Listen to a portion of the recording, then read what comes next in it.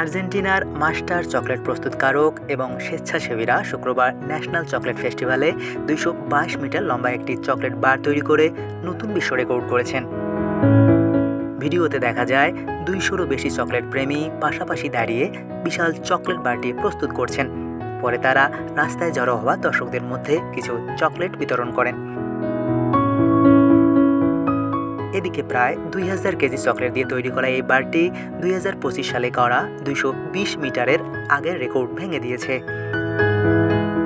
এই আয়োজনে অংশ নেওয়া ফার্নান্দো নামে এক ব্যক্তি বলেন, বারিলোসের সব চকলেট কোম্পানি এখানে এসেছে, শহরের মানুষ রাস্তায় নেমেছে, তাই এটি একটি বড় উদযাপন হতে যাচ্ছে।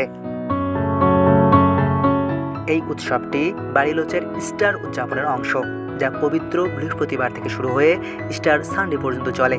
রেকর্ড করার পাশাপাশি শহরে দর্শনার্থীদের জন্য food tour, drone show, mapping প্রদর্শনী এবং শিশুদের জন্য ফেস পেন্টিংয়ের ব্যবস্থা করেছিল কর্তৃপক্ষ।